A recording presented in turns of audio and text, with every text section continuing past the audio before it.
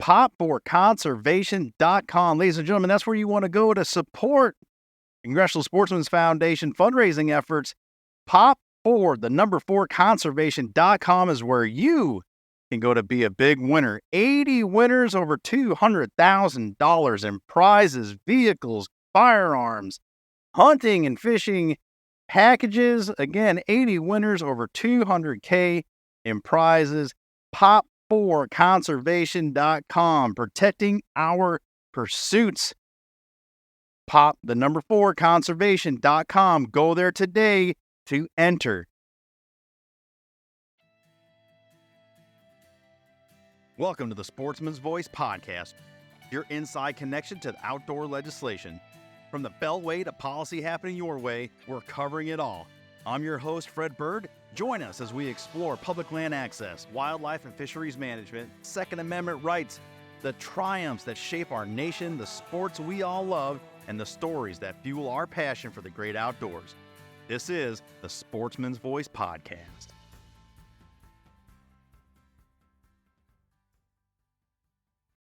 All right, welcome in everybody to the Sportsman's Voice podcast. Joined today by Congressman Moore out of the state of Utah, and we're here to discuss his bill, H.R. 6352, the Tax Stamp Act. And, I'm going to let the Congressman tell you a little bit about what that act seeks to do. We have covered it, not by name or number on this program here in the past, but I'll let the Congressman let y'all know what this aims to do and how good it is for conservation. Absolutely. Thank you. And thanks for having me on.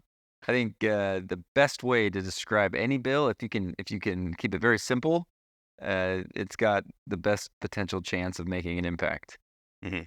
So we're trying not to overconvolute some of these things and to think about it. There is an excise tax when you purchase a suppressor. Sportsmen and women use suppressors primarily for hearing loss issues, right? They want to protect their hearing, things like that. And so this money that is being, when you purchase this item, there's a fee associated with it. We want to divert that money to the Pittman-Robertson Act. And the Pittman-Robertson Act is what has been a strong presence in conservation efforts. Right? Nobody cares more about wildlife.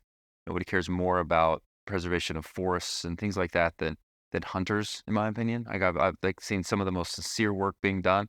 Pittman-Robertson is a fund established many years ago to be able to get those resources and put them in the right places to increase deer population. You can do it in waterfowl and all that type of stuff. This is an opportunity to take something that already exists and divert that into getting more conservation efforts. Mm-hmm. And that's why you've seen a strong bipartisan approach to this bill. I've co-sponsored, I've introduced it alongside Jared Golden from Maine to put this money in the right places. We know that Pittman-Robertson over its lifespan has proven to have good, strong outcomes. So why in the world would we not want to support more of that? If everybody truly cares about conservation, then this should be an awesome opportunity for us to be able to embrace more resources in that already well-managed, well-working, universe. Sure. Yeah, and we would agree wholeheartedly.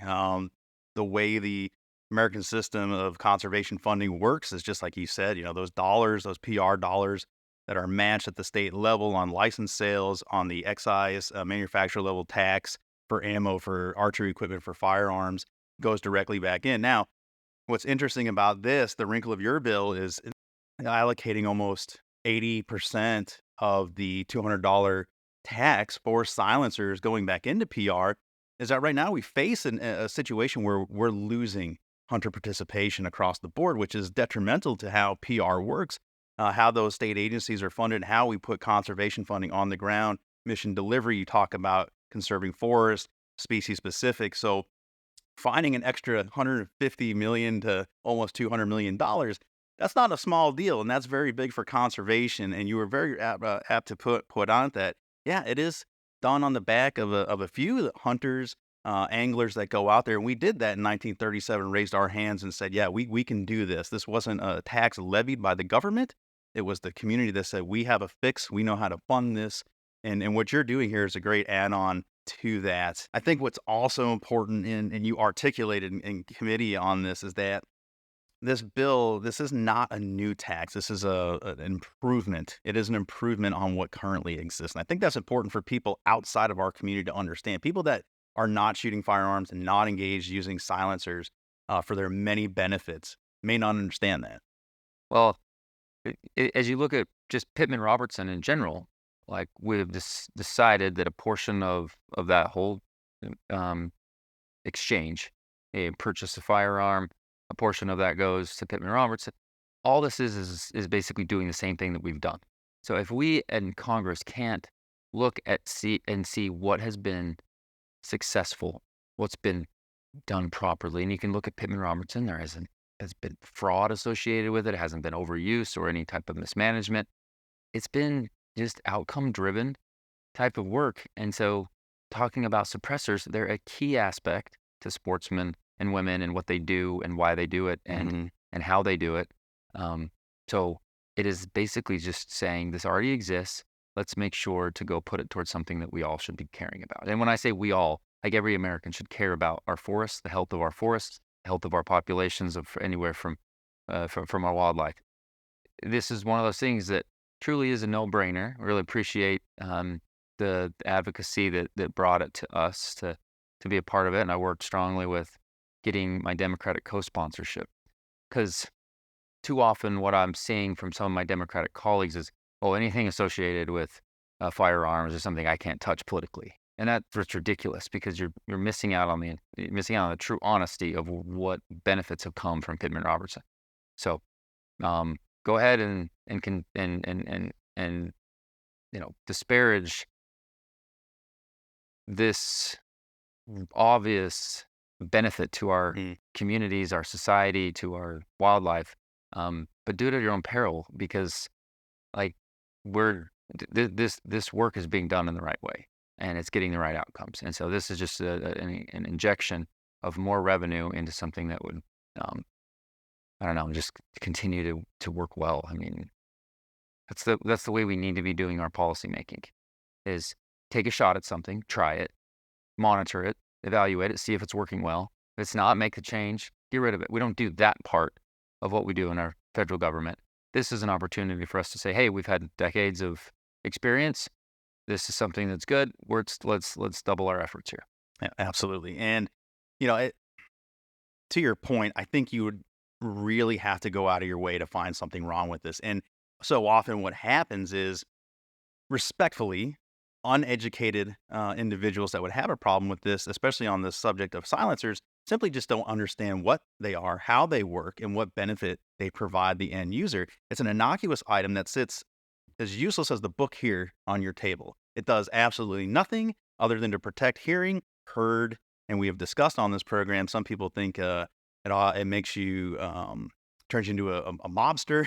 They watch too I much think Hollywood's done its Hollywood, part to right? And make sure that's the it case. completely And those ruins it. movies are great. They're funny. They're it's great. But that is a complete misperception of what this Exactly is. right. It doesn't. If I'm using a silencer, it doesn't turn me into a criminal overnight. There's no criminal element to silencers. No, it's to People, protect hearing exactly and right. anything that's trying to portray that otherwise is a dishonest That's approach. But let exactly me right. comment on how you mentioned there's no reason to oppose this. There's no downside to this.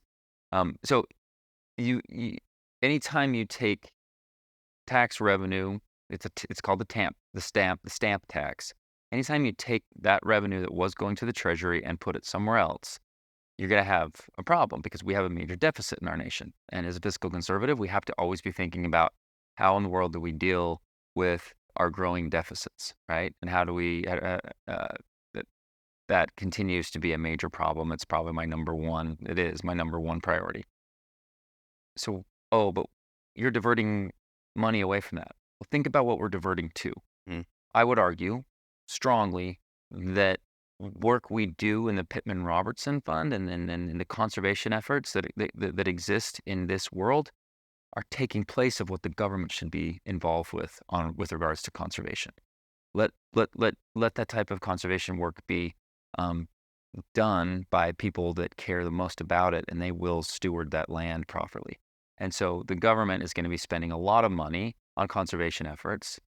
So I'm arguing, let's take revenue that would have otherwise gone to the Treasury, put it to Pittman Robertson, and do that conservation work better than I'm sure our federal government can And you're do. not asking anyone to fund it. It's already there, right? And again, it bears repeating that this is very nonpartisan, bipartisan initiative that everyone out in the street likes clean air, clean water. They like beautiful spaces. They like going to Arches. They like going to Zion. They like seeing this mission delivery on the ground. Everybody benefits from this, again, on the back of a few, but it works. And what you're doing here is a great improvement. I don't want to take up more of your time. I know you're very busy here. I'll leave you some time to closing remarks or what people should know else on this. I appreciate Congressman Jared Golden for being willing to kind of engage with our team on this. Um, like I said, anytime concept of a firearm is even considered, my Democrat colleagues get skittish. And I hope that a bill like this could help us bridge that divide a little bit and actually communicate more to my colleagues. Like, you enjoy all these things that have been done through conservation efforts, primarily by what I would view as the original conservationists, the hunters of our society. Um, this is helping bridge that gap. It helps people understand, okay, where does the Pittman Robertson funds actually go? How are they being used? We welcome anybody to get involved in that to the extent they're willing. And then this was a unique opportunity to sort of expand that a little bit. And certainly coming from the great state of Maine, with Congressman Golden, he I have to appreciates assume there's some hunting going a on little there, bit, right? right? Yeah. And so much of that, Probably not as good as it is in Utah, but I can only attest to Maine. I live over the border in New Hampshire, but I looked forward to getting into Utah and maybe taking a Utah turkey at some point as a goal. But he understands the value of that, and so much economy in that state is driven by ecotourism, hunters, anglers coming in and enjoying the resources that are on the ground. So of course we appreciate what he's doing, and as a member of the CSC as well, that's important. The work that's being done here. So yeah, we second applaud class, that. second to none. Um, Duck hunting and some of our wetlands and everything out in Utah, it's the best there is. So Fantastic, sir. Thank you for your welcome. time. I'll let Thank you you. get back to the people's work. Appreciate it. Thank you. All right, ladies and gentlemen, our conversation around HR 6352 continues here at the NSSF headquarters in DC, National Shooting Sports Foundation, proud and longtime partner of CSF. Honored to sit down here with Senior Vice President of Governor Affairs Larry Kane with NSSF. Sir, thanks so much for your time. I know you got a tight schedule, so appreciate it. Pleasure to spend time with you. Wanted to get your thoughts on the bill here from the industry standpoint. You and I can sit across the table and know the benefits of what this does, and I don't want to say found money, but kind of, and the benefits to conservation that this would do, and not letting this money from the tax stamp just kind of sit in a fund, and we can actually put it to work. But from an industry standpoint, can you kind of cover that for us? Sure. We really support this bill, and we really appreciate Congressman Blake Moore and Jared Golden to bipartisan legislation. It is a win-win. It's a win for the industry. It's a win for ATF when you think about it, and it is certainly a win for conservation funding, which is critically important to the industry as well as to sportsmen and women, hunters and gun owners all across the United States. So it's a terrific common sense bill that will, again, it's a win-win for everything. Talking with the Congressman Moore earlier today, it's he struggled to try to find something wrong with this. Inevitably, some of these folks down here will try to poke holes in something that's so good, but yeah, I don't truly see a downside to this. Knowing how the American system of conservation funding works, that our community stood up almost 100 years ago and said, "Hey, we got a fix for this. We'll put it on our backs for the good of the many, for all." And here's another way to contribute to that. Now, from an industry standpoint as well as a community standpoint, it's no secret we're losing hunters. We're losing participation, which means we're losing these dollars at the manufacturer level for PR. Here's a good way to help that out. It's a good way to help the tradition and heritage and keep it going to the next generation. It's good for hunters. It's good for target shooters who don't even go hunting. That's exactly right. It's good for the industry. It's good for ATF. And you asked, what's wrong? Is there anything wrong with the bill? And there is nothing wrong with the bill. There are no negatives. There are no adverse uh, impacts or consequences that will result from this bill. What we heard yesterday, testimony, by some was uh, attempts to create confusion or just questions that were based on a lack of understanding about the process Mhm. for obtaining a suppressor. So it really, that's why it's such a good bipartisan bill and why NSSF supports it and why the entire conservation community across the spectrum, Mhm. from groups that are perhaps more environmentally um, conscious versus other groups. You look at everybody who signed on to the American Wildlife Conservation Partners letter, the groups that have supported the bill. It's across the spectrum, and it's very good for the industry, and it's actually good for ATF. What people don't understand is the $200 tax that is paid doesn't stay with ATF. It it goes to ATF, and then that is sent immediately to the general treasury. Mhm. So it's not like that money stays at ATF to fund ATF or to fund the processing of Form 4s for suppressors in the National Firearms Act division. So what this bill does will allow some of that money to stay at ATF to improve the processing, to speed it up. And to ATF's credit, they've done a very good job lately with speeding up the Form 4s, particularly where everything is submitted electronically, Mhm. and certainly where we want to see that go. And that's actually a result of NSSF's work to secure more appropriation funding directed towards improving the processing of forms across the board. So 15% of the $200 will stay at ATF and fund that activity so they can continue to improve um, the processing. And the faster they can process, the easier it is for people to secure um, this item, which helps reduce sound, which protects hearing, which reduces noise pollution at ranges where we hear a lot of complaints about ranges. They're too noisy, Mhm. and this will help people be better. The ranges be better neighbors. 85% goes to Pittman Robertson, and of that 85%, um, 15% of that goes to funding for more ranges, Thank you for which, pointing this out. which is important Mhm. because the more places and opportunities for people to participate in the shooting sports, the more conservation dollars that are raised. Mhm. So it helps to provide more funding ultimately for conservation, and the other 85% goes to traditional conservation and habitat activities, hunter education, recruiting hunters for the next generation. So it's a great bill. There's no downside, um, and that's why we and the entire community supports the legislation. And we're talking about the potential influx of upwards of $200 million. Exactly, and which is a lot of money. When you think about it, that's like a 20% increase in year one for conservation funding. Last few years, Pittman Robertson has been about $1 billion, and so you're talking about $200 million more. That's a significant increase for conservation. It helps across the board. So it's a great bill. It's bipartisan.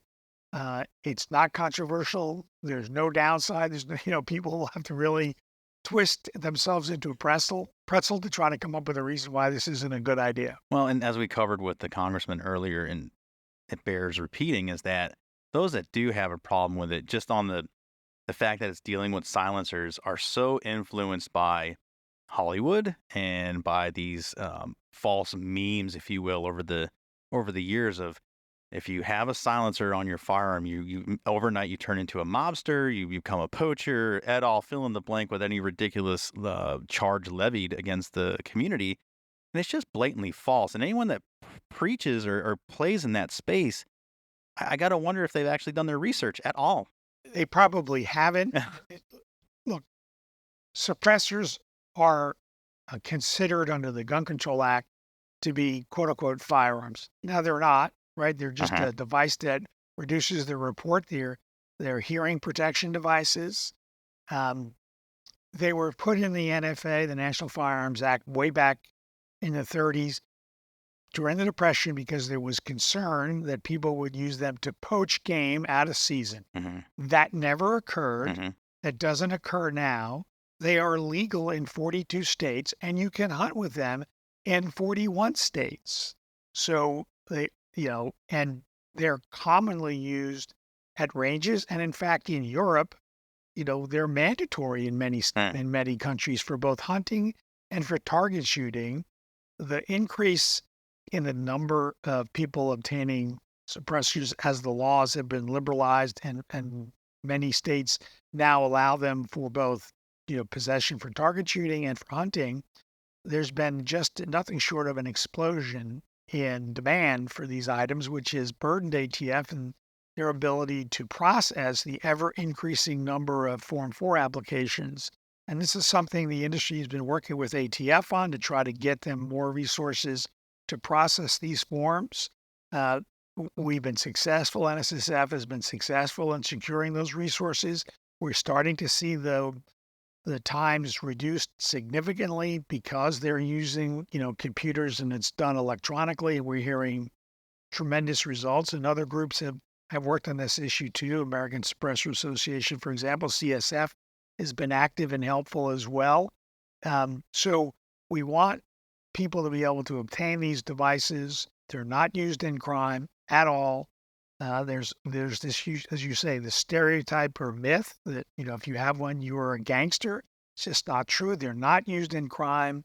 They're not used for poaching game. They are a hearing protection device. One would question why they are even on the NFA at this point. And as you know, there's been legislation to try to remove them Mhm. from the NFA through the Hearing Protection Act. It's a lot of misinformation, even like on the Hearing Protection Act. Can't count the number of meetings that I've been in where I tried to go in and explain to a member to support the Hearing Protection Act, and they would say, "Well, you know, suppressors, that's fine, but these silencers, that's a no go." And it's like, oh boy, we got a lot of work to do here. That's right. And, one thing that's important for the audience to understand, and we heard this at the hearing yesterday, a misunderstanding by several members. This bill uh, by Blake Moore and Jared Golden does not change the process for obtaining a suppressor. It's still on the NFA. There's still a Form 4. There is still picture, fingerprint, background check, and the local chief law enforcement officer is consulted. And then when you actually go to the store and acquire it, there's a 4473 that gets filled out just as if you were buying a firearm because under the law it's considered a firearm. And there's another background check conducted. None of that changes under this bill. All that changes is, the $200, doesn't just pass through to the general treasury where Congress will find lots of dumb things to spend it on. It's directed and focused. So and in the past year or so, it was literally $200 million in tax stamp revenue that was collected from Form 4s. So, $200 million, 15%, that's $30 million would stay with ATF to be used to reduce the processing times, which will allow more to be done faster, which will increase sales, which will generate more revenue for conservation. 85% or $170 million goes to Pittman Robertson. Of that $170 million, 15% goes to range development, which, when you couple that with the Target Marksmanship Act that was passed a few years ago that NSSF helped to lead the charge on, you have more shooting opportunities, more ranges to teach hunter education for people to go and participate in the shooting sports, and buy more firearms, buy more ammunition, more shooting. All of that raises more money for conservation. The rising tide lifts all boats. And, 85% of firearms and ammunition, approximately rough numbers, is not used for hunting. It's used for target shooting and other purposes. So the more sales there are, the more money there is for conservation. Creating more ranges creates more opportunities, creates more conservation funding. That was the main argument behind the Target Marksmanship Act, and is one of the main reasons why this bill by Blake Moore and Jared Golden is so important. And again, it's really important. Bipartisan Uh-huh. legislation, right? It's as the town Washington is so divided on partisan lines, but when you can have common sense, good policy on a bipartisan basis, people should support it.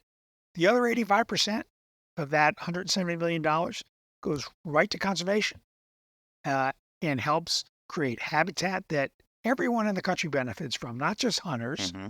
More wildlife conservation, more habitat conservation. And fortunately, wildlife in this country is doing really, really well, compared to what it was like when the Pittman Robertson Trust Fund was created and the excise tax was directed to conservation.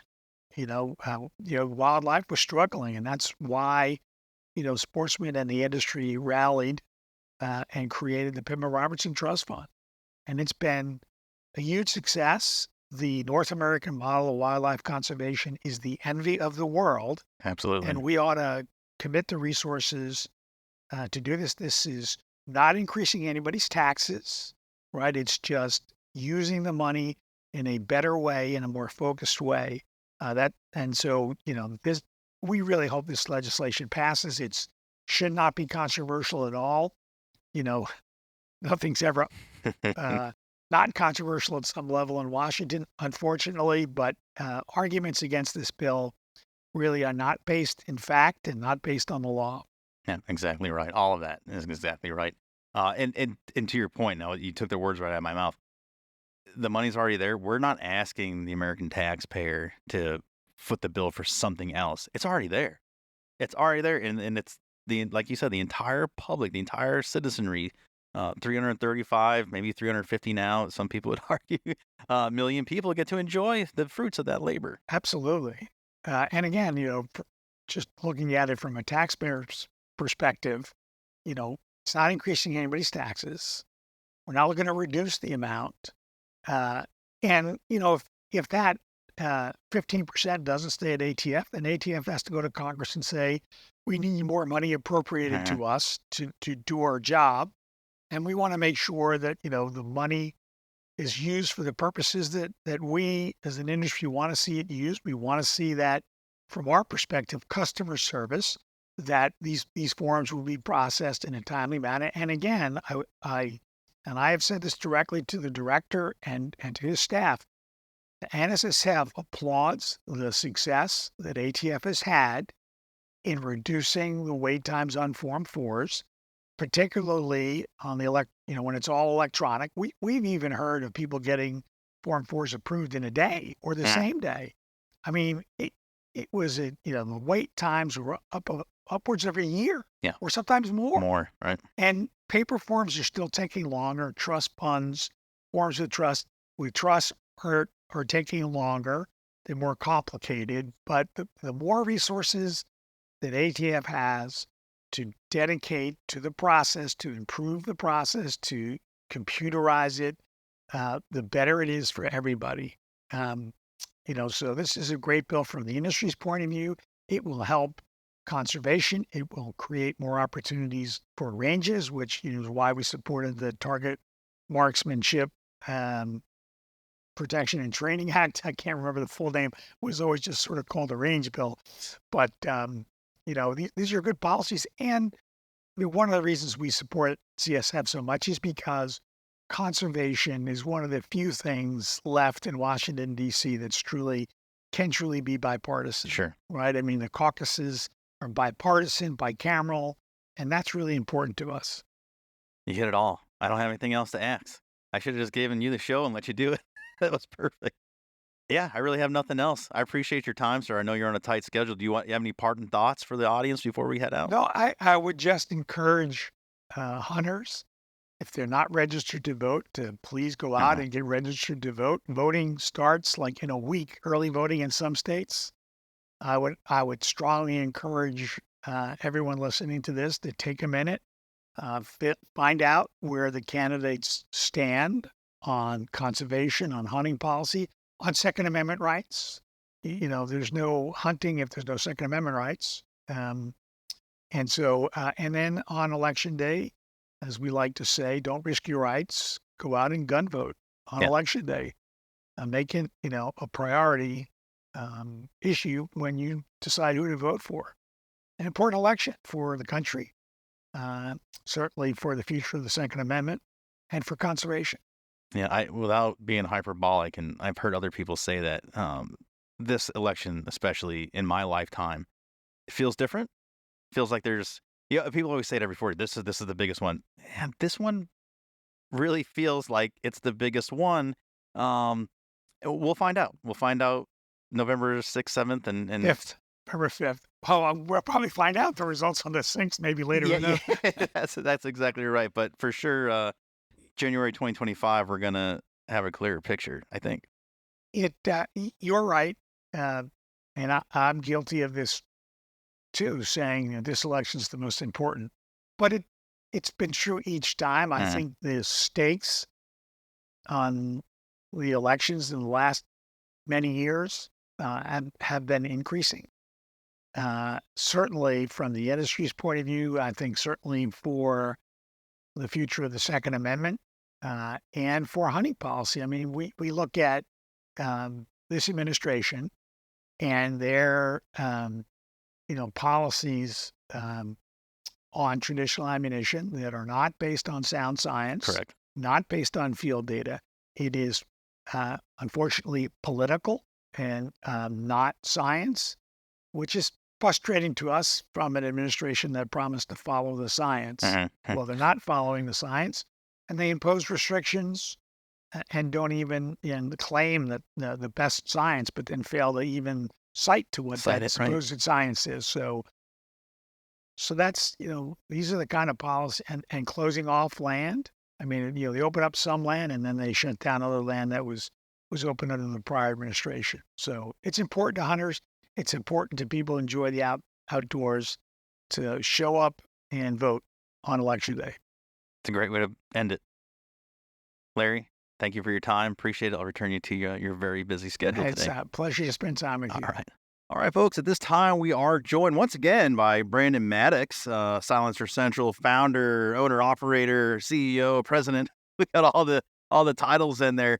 Welcome back. Appreciate you carving out the time. And obviously, we're covering the hearing that took place last week. My apologies. It was a very busy week with the banquet and the testifying and all the different interviews we had. We weren't able to do it on site, but we got you now. So thanks so much for joining us. Yeah, absolutely. No, thanks for having me. Appreciate the opportunity. Not a whole lot of movement on it. Our federal director of federal policy, Taylor Schmitz, was on the Hill, testified on behalf of the sporting community on the tax stamp bill, as is more commonly known. Uh, Seemed to be some of the members had some confusion on how background checks work. Maybe others seem to agree that there's a lot of upside here, as we've covered in the past. When we've had you on with a potential windfall of 180 to 200 million dollars through this tax stamp reallocation of funds. Your reaction to any of the testimony that went on, and maybe some of the confusion at the member level. Yeah, good question. So I thought Taylor did an amazing job, as always. You know, because he and I were talking about it afterwards, and it's hard to not get into the weeds because the struggle is the member of Congress has probably been coached by their staff, and we all know from our experience that sometimes staff members, when it talks about firearms and firearms purchasing and things like that, they don't 100% understand the whole process and how it works and who gets background checks and how all that system works. So it ends up it's sort of tough because if you go in the weeds, you might lose them, and then if you don't give enough information, you don't do a good job defending yourself. I mean, one point I brought up is I could tell there was a little bit of concern around like that 90 days, like you have to approve it within 90 days. And, Mhm. just to clarify that. So if someone walks into our location or any firearm store in America, well, I should say most, because some have state processes, but anyone that uses the federal system, um, if it comes back that it needs further review, the dealer has 3 days, and after 3 days, if they don't hear back from the FBI, they can do the transfer. Mhm. And that's our concern that people don't realize is that sometimes these things get caught. Someone tries to buy a suppressor, and they might sit there honestly for years because they can't really tell if that person is legally able to own or possess. And it just puts the consumer in a bad situation. It puts us in a bad situation of, as the dealer, why is it taking so long? And we say, Mhm. well, it's the FBI. So that's something that it would make sense. I mean, the other point was I think 90 days they thought was a little quick, and my point was that to be a dealer, so for me to be an FFL dealer in America underneath federal statutes, statutorily they have 60 days to respond to my request. So you would think that the guy who could sell the silencers would probably need more scrutiny than the guy buying it, would just be my guess. But even if you said they're the same, 60 days would be where it's at. So to go to 90 feels generous and sort of on its face. Uh-huh. And I guess the reality is when this bill was first created and drafted and the thinking behind it, even say a year, 2 years ago, the ATF was nowhere as quick as they are now. I mean, I honestly just looked at my phone before I got on this call, and I had a guy that visited us. He did a tour, and he bought one through a trust on Tuesday, and it got approved on Wednesday. It's crazy So, that they're getting yeah, back so and fast now. yeah, because the individuals are going quick, And again, my team wants me to remind everyone that only 71% of people experience that. So there's a 29% of people that Mhm. they do have to review, and it goes through a little bit more vetting because they have to make sure if you've been arrested, why were you arrested, and if there's a fellow with the same name as you, to make sure it's not you. Sure. So, um, but no, I think that it's continue to push forward. It feels like I've gotten more positive feedback about this bill. One thing I saw recently this week was if you look at the amount of money going into Pittman Robertson because the economy is a little soft and almost kind of pushing negative, there's a big gap when you look at last year. I hate to quote myself here. I think it was about 57 million is what it was off compared to the Mhm. previous year at this time. So the fund is losing money compared to last year. So this would be a way to not only grow it and inject additional funding that would go to a state level, but also it would continue the path that we're seeing with the suppressor growth of about 40 to 50% per year growth. That number will continue to increase, that 180 to 200 million growing at 40%. That's a big number to go to state agencies to help in conservation. Yeah, it's huge. Definitely bridges some of those shortfalls, and then the net is just as great. So we'll take that in those up years.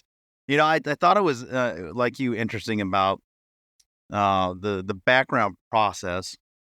And look, we don't expect every member to know all this stuff inside and out. I mean, personally, if my congressman or my senator is levying opinion, I would expect them to be somewhat versed in this stuff.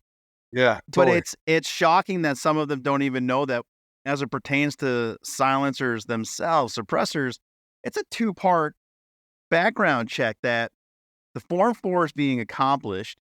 And then when it gets kicked back, then at the dealer's point, you're doing a 4473 on it, just like you would any other firearm. So it's Yeah, still more scrutinized at the yeah, point of sale. yes, totally. And what people don't realize too is when I complete that Form 4 for the consumer, I have to send it to their local sheriff where they live. So Uh-huh. the sheriff's getting notified when they apply. And then, like you said, when they apply, the FBI does the background check for the ATF. And then before we can actually transfer it to the end user, we have to do a 4473 where they have to basically sign under the penalty of perjury that they're not a felon and that they can legally own and possess a firearm where they currently live. So, yeah, there's a ton of check steps in there. Plus, if you even go deeper, and look at, is it truly a public safety issue, silencers, the data would say no. If I ever read an article about a crime committed with a silencer, 99.9% of the time, it's a homemade silencer. They bought a Mhm. solvent trap in China and they made their own, or they stole it, or people who legally went through the process to buy a silencer slash suppressor through the current federal code. The sort of like public safety issue is hovering around zero. Yeah, and that was a common theme too through some of the conversations I was having at the congressional level, some of the sponsors, as well as other industry leadership, was that there's this meme of a silencer and the people that use them, and Hollywood has certainly done us no favors with any of that. But once you kind of get over that, that's not the case, and it is memery that not poachers are going to poach, criminals are going to be criminals, with or without the silencer, right? So they're going to do that. It's not going to increase anything there criminally. What it does do, and we've covered this, is hearing protection, but also not even at ranges, just like where I live, and I suspect where you live, there's a lot of fragmentation. I do not have a lot of contiguous acres to hunt deer, to hunt turkey, whatever I'm doing, right? So there's always, as long as I'm in a legal limit from a dwelling or a building, that's cool, but that report is still kicking to my neighbors, business owners. So as a good neighbor and good stewards, like just having that and reducing that sound, that's not an indication of illegal, illicit activity. I'm trying to be Yeah. a good neighbor and keep this down. Quite frankly, I don't want people even hearing my firearm should I be lucky enough to, pull the trigger on a deer or bear or whatever. Yeah, no, good insight. Like, so when I first had stores in South Dakota, North Dakota, I didn't hear as much. But when I got a location in Minnesota, when suppressors became legal there, I started hearing that more. They would say that my neighbor says he doesn't mind if I shoot, but I've never heard him shoot. So it's sort of like Mm. this politeness of, I don't think he's a gun guy, so I kind of want to shoot without him, worrying him or bothering him or disturbing his family. And if I could do it with a suppressor, everybody's happier. Yeah. I think most of us, especially that go to the field for our pursuits, we definitely want to be left alone. We're not looking for interactions with anybody other than maybe a Totally. hunting partner that we're with. And then, that goes to the shooting range part of this too. And um, being able to be good neighbors there. And that's been one of the bigger sticking points in the positive is, look, um, the more sales of these, this is contributing to what this bill is trying to do, but also this good neighbor intent. And we need more ranges, and that bill Yeah. has set asides for those ranges in creating more access and using these tools so that people within earshot aren't really being victimized. I guess that's kind of a crappy word, but they're not being Yes. bothered by the sound. Totally. Yeah. No, totally. Yeah. I mean, I'm excited. I feel like it probably went better than it could have. I mean, I think You that know. some people might have walked back what they were originally thinking, Mhm. publicly they're speaking out against it. Then they kind of catch themselves at the end going, well, maybe I was wrong, which most Yeah, people, I mean, elected officials particularly, but probably most people don't like to admit they're wrong, especially in a public setting. So for them sure. to kind of come back and say, hey, actually this might be good. It helps conservation and, you know, but I was glad that Taylor stayed firm and they kept asking about the Yeah. 90 days because I don't think that's an unreasonable ask because we're talking No. about giving a percentage of the money to them to staff up with the technology, people, whatever they need Mhm. to execute. They've shown just this year, they started in March, April, and now we're into like almost October. They've been able to do it without any additional headcount, these quicker approvals. So the hope is if they're getting 15% of this money to help them get the infrastructure they need to keep it in place, it creates a win-win. It sort of Yeah. funds the growth that it creates, and then the money goes to conservation. So it's a win-win. Yeah, for sure. And I will agree with you, Brandon, that having those folks come around or, in real time start seeing another side of it and acknowledge that should be how we do policy. Like again, acknowledging and having some humility that you can't possibly know everything. Even if you're leading the committee, you're being presented new information. Like it's okay not to know and ask questions. And that's why we got Yeah. guys like Taylor and you and you go to the source, you go to the end users that are doing this stuff every day. And that's why you have those questions and answer uh, opportunities and then learn from it. Don't be so dug in and just stuck in your way with some dogma because you think you have to. You have to, and it's just anyway. It's refreshing when they do come around to it. Yeah. Really liked it. It's good stuff. Um, Parting thoughts on this? We're just obviously looking forward to moving forward in the process, getting through elections and so on. Um, Yeah, I think Anything the you want to goal is tell it? Yeah, I think the goal is to get a Senate version as well. I mean, we yeah, struggle a little bit with, solidifying a Democrat and Republican on the Senate side. And we've had a lot of people that want to do it, then their situation would change, or, maybe leadership on the Republican side wouldn't want us to use certain Democrats. So it's been a little bit of cat or mouse, but I'm hopeful that soon we can get, a Senate bill as well. So that we have one Senate and in the House that look the same and can continue to sort of put efforts behind it and create a win-win for conservation. yeah, for sure. Brandon, thanks for your time. I appreciate it. Good catching up, and I hope you had a great time last week. Oh, I did. It was awesome. I love Yeah, it. it was pretty great. All right, sir. We'll talk to you soon. Sounds good. Have a good weekend. All right. Thanks so much to our guests for this part one of two.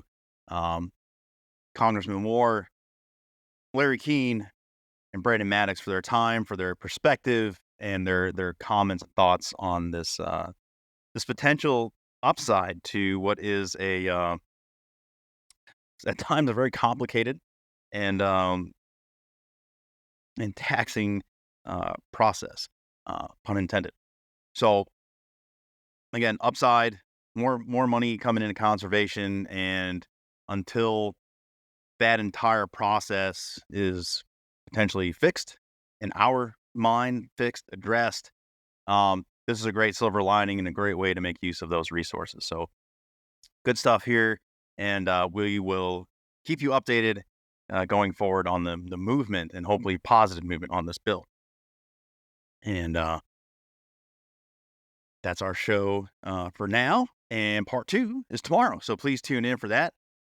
Part 2 of this Hill coverage as we touch base on the corridors bill, and we'll check in with Congresswoman Debbie Dingell, Wild Sheep Federation CEO Corey Mason, and Ryan Bronson of Rocky Mountain Elk Foundation to get their thoughts, their perspective, again, on another great piece of bipartisan legislation coming out of the federal government, where that is in short supply, and we certainly applaud those efforts.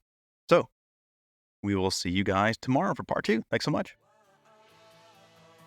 Thanks for joining us on this edition of the Sportsman's Voice podcast. Ladies and gentlemen, your support is crucial, and you can help us out right now by leaving a review, filling in those 5 stars where available, sharing this episode with friends and family, and engaging with us socially. CSF can be found on Facebook, Instagram, and X, formerly known as Twitter. Together, we can protect the outdoor sports we love and continue to keep you informed wherever you are. That's it for this week. Until next time, we'll see you later.